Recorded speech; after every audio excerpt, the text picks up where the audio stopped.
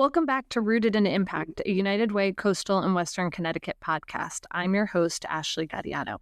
This episode of Rooted in Impact is made possible by Newtown Savings Bank.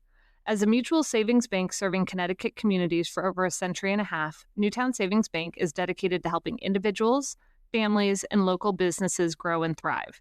Their investment in community partnerships helps strengthen the systems and neighborhoods we care about. We are so grateful for their support. Now let's jump into today's episode. Today's conversation is about community, commitment, and what it means to serve, and I'm so thrilled to be joined by Damika Richardson, a public servant whose leadership spans federal health care, military service, civic engagement, and perhaps the most important, motherhood. Professionally, she serves as an associate group practice manager with the U.S. Department of Veterans Affairs. She's also captain in the Air National Guard, community service chairperson of a local mothers organization, and a proud member of Delta Sigma Theta Sorority. Damika, your background is pretty amazing. I'm so glad you're here. Thank you for joining us today. Thank you for having me. Did I miss anything in your resume? I feel like I need to start there. No, we're good? No, we're good. All right. I listed off a whole bunch of titles and roles, but can you just tell us a little bit about who you are, your background, some of your story, and what, how that has made you who you are today? Well, like you said, I'm Damika Richardson. I am from Rockland County, Spring Valley, New York. I moved to Connecticut for love for my husband. So that brought me to the local area.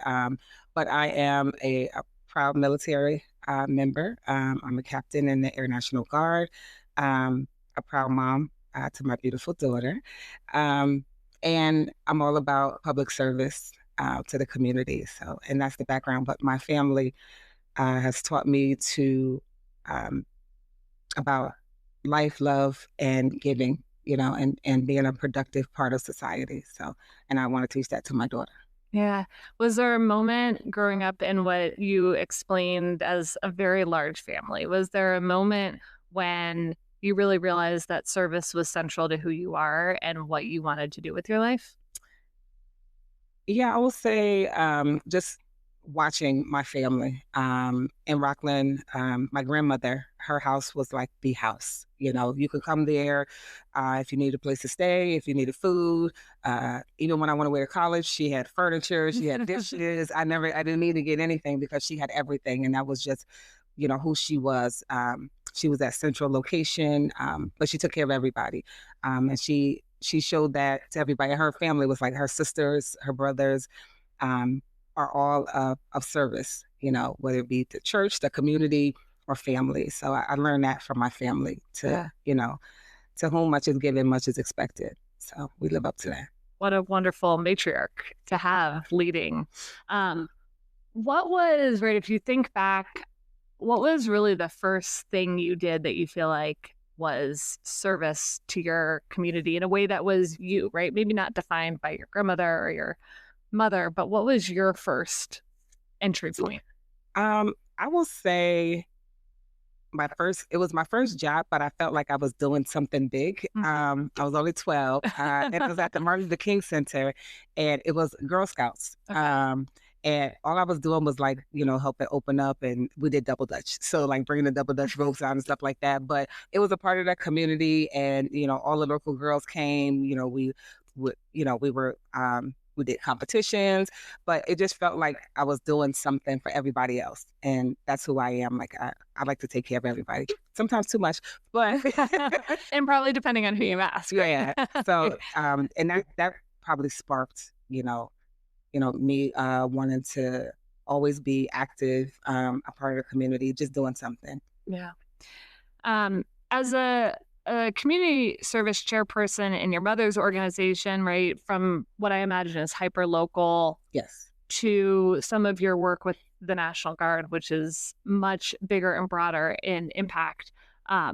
What does it look like to kind of transcend from local to national level service work? It's hard, but people think it's easy, but it's not. It's like wearing dual hats. In the local aspect, I think, the community sees you, you get to engage with the community. My daughter gets to engage with the community and give back. On a national level, you don't really get that recognition when you're helping out. unless there's like for National Guards, like if there's a natural disaster and you're helping. But you're always, back up to active duty or the reserves or things like that. So you're always of service. But the two are both intertwined. You're giving of yourself, your service before self. That's the Air Force, one of the core values. And I live that. Yeah, I'm sure every day, right? I try. And I do think we talk a lot about this here at United Way, that the local neighborhood level engagement service is just as critical as maybe what is often perceived as big, shiny national level work, right? That if we can start local and give back or change systems right here in your community, then it has a ripple effect out across the country. And I would imagine that you feel and see that in the work that you do. Oh, yes, absolutely. You definitely want to leave every space better than when you got there, So whatever I could do to spread, awareness or help someone get to the next level or be a part of something to educate kids. I love working with children. So anything that has to do with, the betterment of children, I'm in, and also trying to help find resources to help them. Yeah. Talk to us a little bit about your work at the U.S. Department of Veterans Affairs, right? That is big systems level work. That is working within a federal system. What does that actually mean, first of all, to be doing that type of work? And maybe we'll start there. What does that actually mean so people understand? So my role in the VA, I've been at the VA for almost 8 years now. I started as a front desk clerk, which is the best way to start, I think. Even though, I have my master's degree, my MBA, I'm college educated, but sometimes you have to start at the bottom just to understand how the system works. Yeah. And for me as a veteran, it's one-on-one with another vet, right? So I can understand, everything that they're going through when they come there. You're frustrated, you're tired, you've been through this, you have PTSD, you have all these different issues. And then I work my way up and I'm an associate group practice manager, which is sort of behind the scenes, data analysis.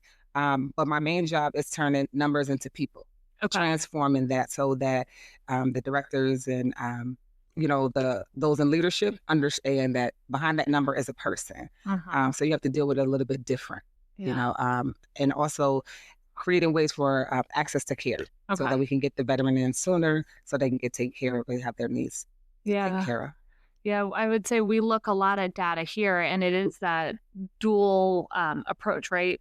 Data helps drive work, but people and the voice of those people have to be a part of an equation, right? You can't isolate and pull data out alone. So I love that you talked about how data drives solutions, that data helps people who are on the front lines maybe understand that there are people and humanity and stories that they need to respond to. You were also a 30-year veteran in the Air National Guard. Is that the September 25th would be 30 years, which is incredible. And thank you. Right at 12. Thank you for your service. For our listeners, she doesn't look a day over 30. How does that military leadership shape the way you lead in civilian life? I'll say it taught me a lot. When I joined the military, it wasn't for service. The intention wasn't to give back. It was, I wanted to go to school. I wanted a resource. I wanted to change my environment where I grew up, and I didn't have the financial backing or structure, to do that. So this was an outlet and a mentor at my high school who was a lieutenant colonel, which now I understand what rank means. But I didn't realize that in the 12th grade. But she introduced me to the military, to the National Guard. And then while I was there, I learned discipline, self-control, empathy, which is big, and also how to work with a diverse group of people. When I first came in, it wasn't diverse in my area where I worked, not heavy on the women's side. So that was an adjustment. But you learn how to lead from the front, but also how to be a good follower. So I picked up a lot of those skills in the military. And it also gave me access to different countries, different people, different resources. And I utilize all of that to better my community, to help my family, to spread information, knowledge, and also, tell people that, this is also a resource for you. You can do good things, or, you can travel. One of my roles in the military, I've had 3 positions. I worked in supply. I was a load master on a C-5 and a C-17. So I got a chance to travel the world and deliver packages, as I call it. So I did that. And then I was selected. I was commissioned to be an officer, which was huge. I'm the only officer in my family, so they're super proud of me. That's amazing. My whole goal, is to make everybody proud. I feel like my mother put in a lot of work, getting me and my sister to where we need to be. And, I just want to make everybody proud. So that was a proud moment for us. I did it for us. Damika, your work really feels like the connective tissue that keeps our systems moving together. And it just is such an incredible story to have taken the opportunity that was presented with the National Guard to help propel your life forward, and then to have used that experience not only to get to see the world, but also to do and give back and move your career forward in such tremendous ways. So kudos to you. I think we're going to take a quick break, and when we return, we'll continue our conversation here on Rooted in Impact. This episode of Rooted in Impact is made possible by Newtown Savings Bank. For more than 150 years, Newtown Savings Bank has been serving Connecticut families as a mutual savings bank, which means their focus is simple: people and community first. They work alongside individuals, families, and local businesses to help them grow, build stability, and plan for the future. Their commitment goes beyond banking. Through meaningful community partnerships, they invest in the systems and neighborhoods that make our communities stronger. We are grateful for their support of United Way Coastal and Western Connecticut and their ongoing dedication to building thriving communities across Fairfield and Litchfield counties. All right, we are back. And, Damika, one of the things we have in common is we both have 12-year-olds, Yes. 7th graders, and both the joy and privilege and deep frustration that comes with parenting that age. You sound like you've been really intentional, like your parents were, like your grandmother was, about exposing her to service. Mm-hmm. Why has that been so important to you? One, I want her to have a spirit of giving. I want her to understand how blessed and privileged she is, but also that you're not better than anybody else. You're a part of a community, and you're only as strong as your weakest link. So she, it's very important for me that she understands how hard I work and how far everyone has come so she can have these privileges. My family's from Selma, Alabama, and there's things that, she's been there a couple of times. So I want her to understand, like, it was not easy. I always tell her, you come from kings and queens, but also sharecroppers and ex-slaves. But at the same time, you're a princess who will be a queen. You deserve everything in the world, but you also deserve to share, and to be of service. So I have to make sure that she understands that in this world of social media and immediate gratification and, all these other things. And, I just want her to have that spirit of giving, to understand that, we're blessed, and it's a blessing to be a blessing, so I want her to have that. I love that. What do you think the value of teaching kids from a young age about service and the importance of that is, right? How do you think that helps transform communities? Well, I think they grow up to be very humble adults. They're not selfish.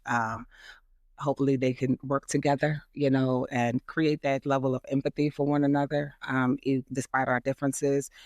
But I think when you learn that at an early age, it just changes the trajectory of your life, your personality, who you are, how you treat people. And, I just want to be that example for her so that, she can emulate that, with her friends. I mean, I know 12, they're going through everything. All the things. Yeah, so it's a soap opera every day at school. The teacher is, my friend, my hair, my clothes. We go through this all the time. But she also, on the back end, she does volunteer work. She'll go out. If she sees somebody at the grocery store, she'll say, oh, they need food. Can we ask them what they need? Can we grab them something out of the supermarket? Like she'll do that. She sees somebody asking for I got a couple of dollars in my purse. I'm going to give this person, like she already has that. And that makes me proud. That means she's learning. It should, right? That I think is one of the best things as parents or caregivers that we can instill in our children, right? My son's favorite thing to do is to do lemonade or bracelets to raise money for nonprofits, right? And that comes because you as parents are able to show them what that looks like. And I think about if they can do that now, what type of wonderful adult and human will they be, and how will that have ripple effects? They drive us crazy now. They're going to take us you are also a member of Delta Sigma Theta, which I know is a really wonderful sisterhood. How has being in that community shaped your journey? Well, the organization is all about social actions, and definitely the sisterhood. You depend on your village, and you take care of each other. And I've learned that within the organization. And from the beginning, the organization from 1913 is still here, all these years later. But the principles that they stand on have embodied strength, leadership, courage. And they, just being a part of that, you have to emulate that. Like you just, it's a requirement. Yeah, well, it's core, right? Yeah, that's the core values. And it's all about service, about giving back, building up your community. And so, just being in that environment also gives you access to help the community and exposing my daughter to strong, powerful women who also give back. She's done, they have a Greeksgiving. She's been there handing out food, handing out clothing and things like that. So, she sees it not just in me, but the women that I surround her with. That's wonderful. Can you share a story either from your community service, professional life, that reminds you why all of the work you do, but specifically the work to build up community, why that matters?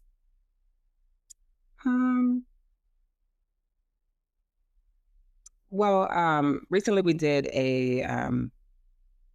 not recently, I'll say last year. Last year we did a coat drive. Okay. We participated in the coat drive, and the kids who participated, they helped sort the coats, and there were free coats that we were giving out to the community. And the kids were outside and, they saw some people without coats and, they walked up to them and gave them coats and made sure that they checked the sizes. But to me, that's an example of, it's working. You know what I mean? Like we're supporting the community. You're taking care of other people who need assistance without looking down on somebody, because you don't know their situation. So, and just to see the kids actively involved and understanding like, wow, I got 5 coats at home. This guy's walking with no coat, but you know what? Let me go in here and make sure we can find a coat to make sure that this guy's warm at night. Like that dignity, right? The dignity. Yeah. And then just making sure that, when they're doing it and they're, it's just, you can tell the love, the empathy, the compassion in the kids. And that is like, okay, this, gold. You're doing the right thing, Yeah. Damika, this has been wonderful. I like to end with the same question every time, and that is something that I hope lifts us and people who are listening up. When you think about the work that you do every day, what gives you hope that that impact is actually taking root? I think it just goes back to the next generation, right? Learning from our elders, what they went through, learning from their experiences, how tough and strong that they were, but also sharing those stories with the younger generation so that they can get back and they understand, the struggle is real. But we do it so you don't have to work as hard, but also so that you will get back. And I think I see that, in a lot of kids that I mentor, that I talk to. I see it in my daughter, and that gives me hope for the future. Yeah, I love that. Your service, your leadership is remarkable. It has been a real pleasure to sit here and learn more about you. To our listeners, whether you are giving back at the national level or the local level, it matters. And I think we have learned a lot from you, and we'll continue to learn a lot from our guests. So thank you very, very much for joining us. Thank you so much for having me. I'm Ashley Gaudiano, and this is Rooted in Impact. Thank you for listening. At United Way of Coastal and Western Connecticut, we work side by side with our community to address critical needs and advance equitable pathways to well-being and financial security for everyone. Rooted in Impact is a podcast that highlights how we are making a difference in our communities. Thank you so much for listening. If you want to learn more about us, visit unitedwaycwc.org. And if you're interested in being our podcast sponsor, we'd love to have you. You can find new episodes every other Tuesday wherever you get your podcasts, including Spotify and Apple Podcasts.